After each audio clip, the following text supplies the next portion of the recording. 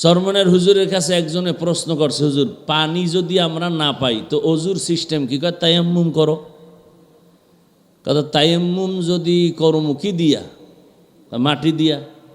যদি মাটি না পাই, হুজুর কয় তুই হ্যাঁ মরতে যাবি কে? তুই জানে মাটি ভাবি না, তুই যাবি কে সেখানে? গ্রামের একটা প্রবাদ আছে, দেখতে নারী চলন বাঁকা। এক স্বামী বড় বুজুর্গ, কিন্তু স্ত্রী খুব বাঁকা। স্বামী মোটে ধৈর্য ধারণ করে, এই বুজুর্গগিরি স্ত্রী মেনেই নিতে পারে না। একদিন জোনাকের আলোতে দেখে রাতের গভীরে ঘরের সামনে উঠানে একজন এইরকম হাওয়ায় উড়ে পাগড়ি বান্দা। বিবি কয় আমার স্বামী যদি এরম বুজুর্গ হইতো তো হইতো। সারা রাত মসজিদে ইবাদত করে স্বামী সকালে ঘরে আসছে। তুমি কি বুজুর্গ হইলা? আজকে রাতের গভীরে দেখলাম জানালা দিয়া আমার উঠানের সামনে একজন ভাগরিওয়ালা হাওয়ায় উড়ে ঘুরে। আর স্বামী কয় ওই ব্যক্তি তো আমিই ছিলাম। বউ কয় ও এই জন্য দেখছি পাও একটা বাঁকা। দেখতে নারী চলন বাঁকা। কিন্তু আসলে দেখবেন আমাদের সমাজের ভেতরে আগের তুলনায় মসজিদ, মাদ্রাসা, কওমি মাদ্রাসা, দেওবন্দি কমতেছে না বাড়তেছে? তাবলিগ কমতেছে। বলেন সত্য কথাটা বলেন। তাবলিগ কমতেছে, চরমনাই কমতেছে, উজানি কমতেছে। এত বাড়ে কেন? একমাত্র হিংসুকের হিংসার কারণে বাড়ে, আর কিছু না। আর এই তাবিজ তো পুরান তাবিজ। আবু জাহিল্লা মক্কায় ঘুরে আর কয় মোহাম্মদ বহু ভালো ছিল, হঠাৎ পাগল হয়ে গেছে, তোমরা এর কাছে যাও না। এখন এতদিন যারা যায় না এরা কয় একবার দেখতে হবে। দেখতে গিয়া রসুলের চেহারায় তো রব দেওয়া, চেহারার দিয়ে তাকাইয়েই কালেমা পড়ে। এজন্য কাউকে যদি আপনি উপরে উঠাইতে চান, বিরুদ্ধে লেগে যান, দেখবেন সে দ্রুত উপরে উঠবে। আল্লাহ হেদায়াত দান করেন। তো কোন কথা থেকে এখানে ঢুকছিলাম? ও, হাত কথা বলবে।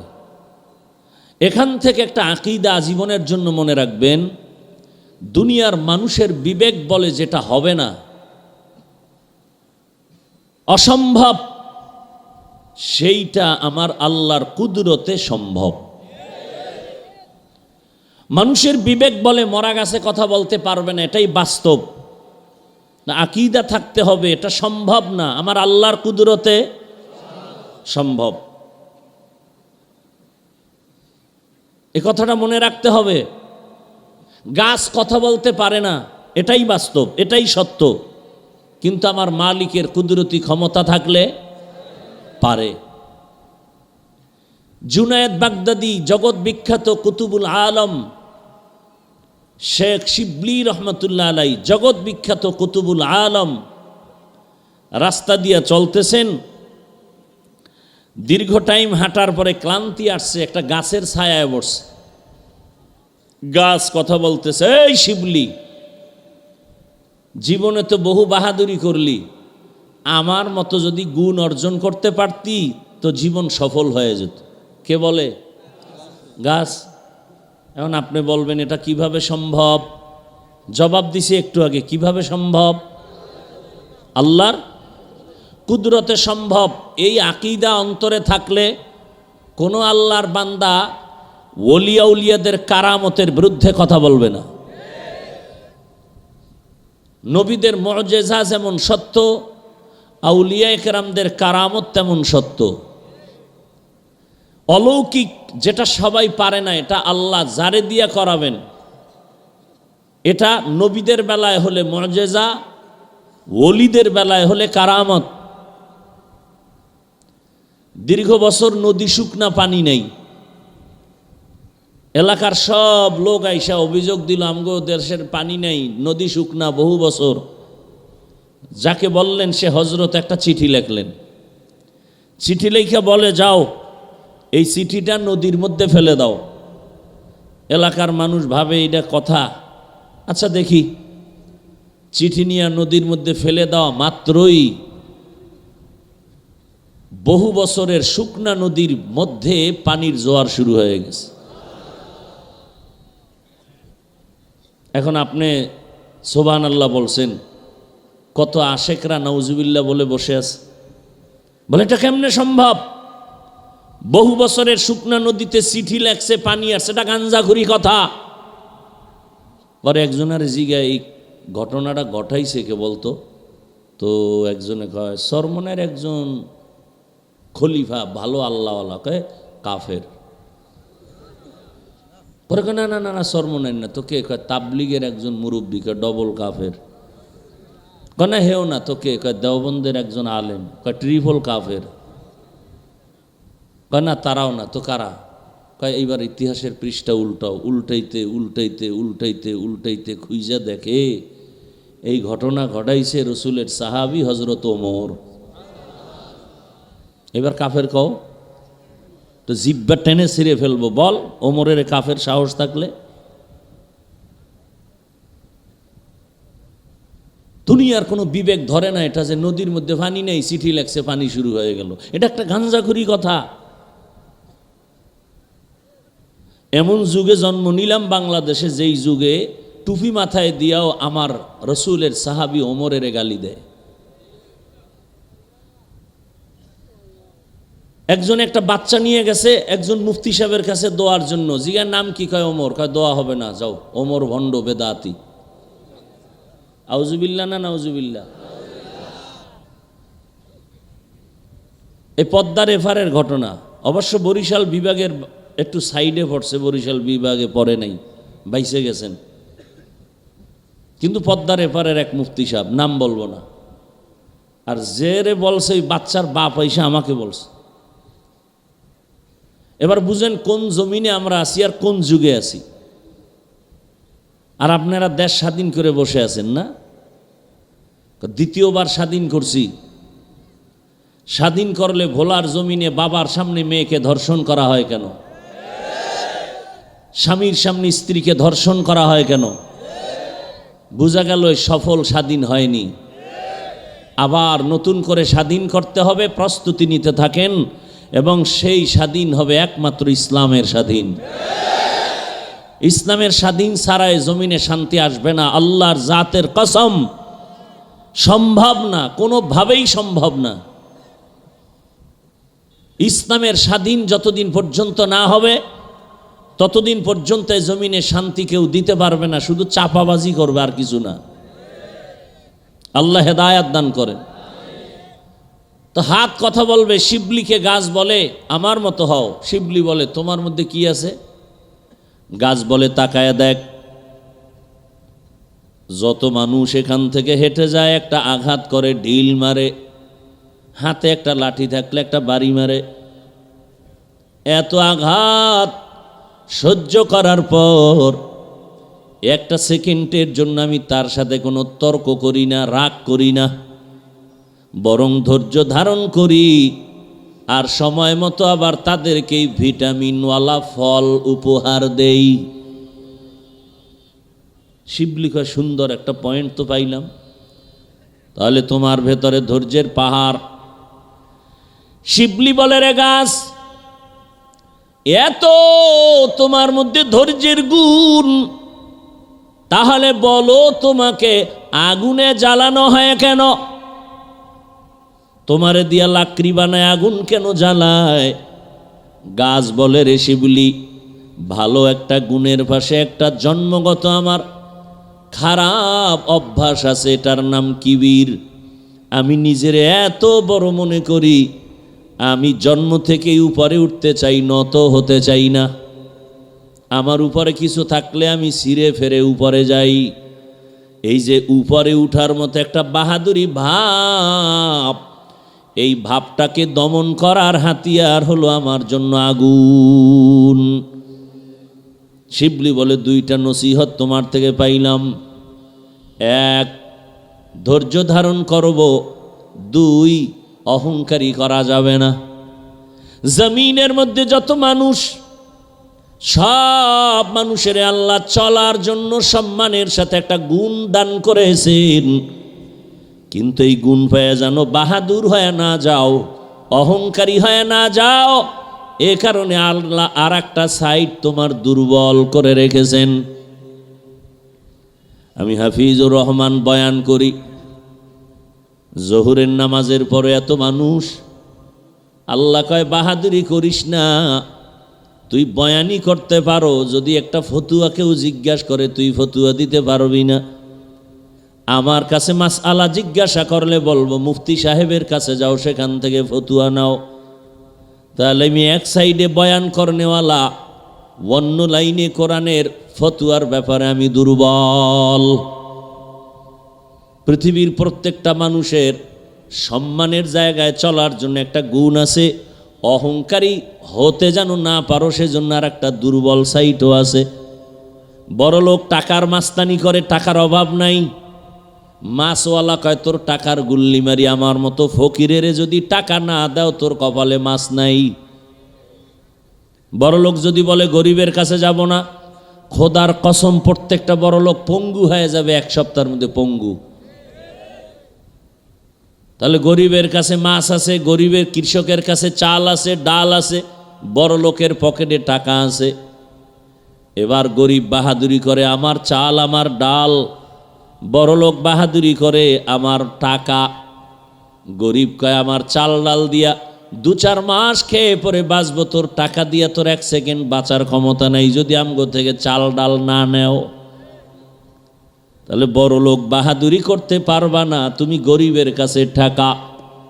গরিব যদি নদীর মধ্যে গিয়া 100, 200, 300, 400 হাত পানির নিচে জাল ফেলে ইলিশ মাছ না ধরে, জমিনের কোনো বড় লোকের মুখে ইলিশ মাছ যাবে না।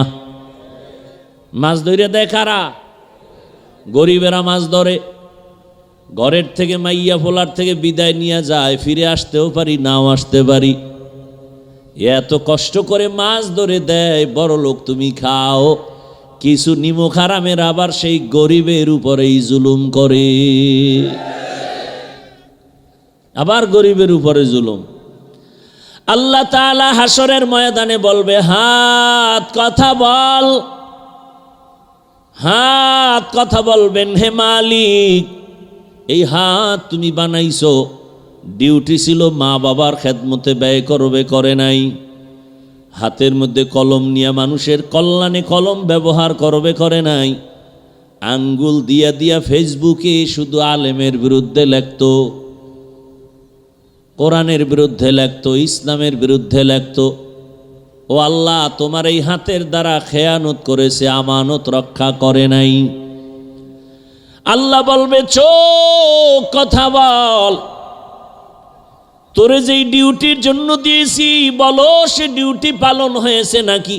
চোখ বলবে হে মালিক এই চক্ষু দিয়া মা দেখবে সওয়াব, এই চোখ দিয়া বাবার চেহারা দেখবে সওয়াব, এই চক্ষু দিয়া বাইতুল্লাহর দিকে তাকাবে সওয়াব, এই চক্ষু দিয়া মালিকের কুদরত দেখবে সওয়াব, এই চক্ষু দিয়া কোরআন খুইলা তাকায়া তাকায়া দেখবে সওয়াব। এই বান্দা কোরআন দেখে নাই, বাইতুল্লাহ দেখে নাই, মা বাবার চেহারাও দেখে নাই, বরং এই চক্ষু দিয়া সারা রাত মোবাইলের দিকে তাকায়া কবিরা গুনাহ করেছে। আল্লাহর কাছে চোখ কথা বলবে, হাত কথা বলবে, জবান কথা বলবে, অন্তর কথা বলবে। এজন্য আল্লাহ বলেন আমি অন্তরেরও বিচার করব। ইন্নাস সামআ ওয়াল বাসারা ওয়াল ফুআদ কুল্লু উলাইকা কানা আনহু মাসউলা। আল্লাহ পাক অন্তরেরও বিচার করবেন, চোখের বিচার করবেন, কানের বিচার করবেন। এজন্য নবী বলেন সাবধান, দায়িত্বশীলরা রেডি হও, দায়িত্বের জবাব আল্লাহর আদালতে দিতে হবে, পালানোর উপায় নাই। আল্লাহ রসুল বললেন দায়িত্বশীল সাবধান, ও মা বাবা সন্তান তোমার অধীনে আছে, দায়িত্ব আদায় করো। আল্লাহ তাআলা বলেন, ইয়া আইয়ুহাল্লাযীনা আমানু কু আনফুসাকুম ওয়া আহলিকুম নারা ওয়াকুদুহান নাসু ওয়াল হিজারাহ আলাইহা মালাইকাতুন গিলাযুন শিদাদুন লা ইয়াসুনাল্লাহা মা আমারাহুম ওয়া ইয়াফআলুনা মা ইউমারুন।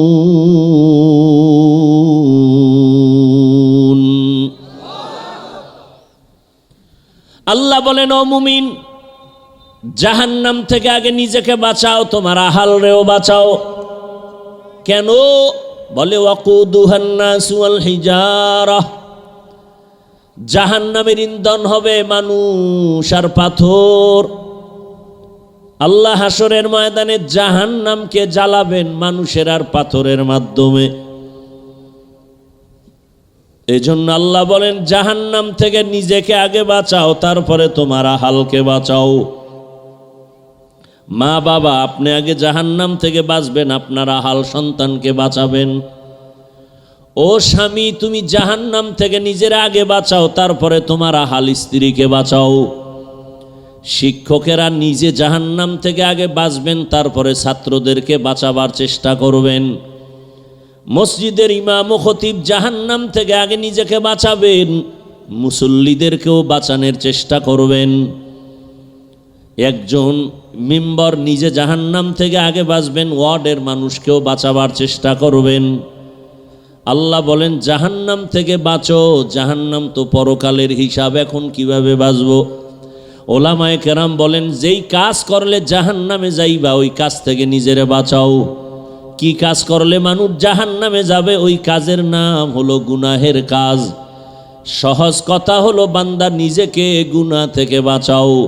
قال رسول الله صلى الله عليه وآله وسلم اتق المحارم تكن أعبد الناس। আল্লাহর নিষিদ্ধ অবৈধ জিনিস থেকে নিজেকে বাঁচাও, তো মর্যাদা মানুষের মাঝে আল্লাহ বাড়ায় দিবেন। ইয়া আইয়ুহাল্লাযীনা আমানু তাকুল্লাহা হাক্কা তুকাতিহি ওয়ালা তামুতুন্না ইল্লা ওয়া আনতুম মুসলিমুন।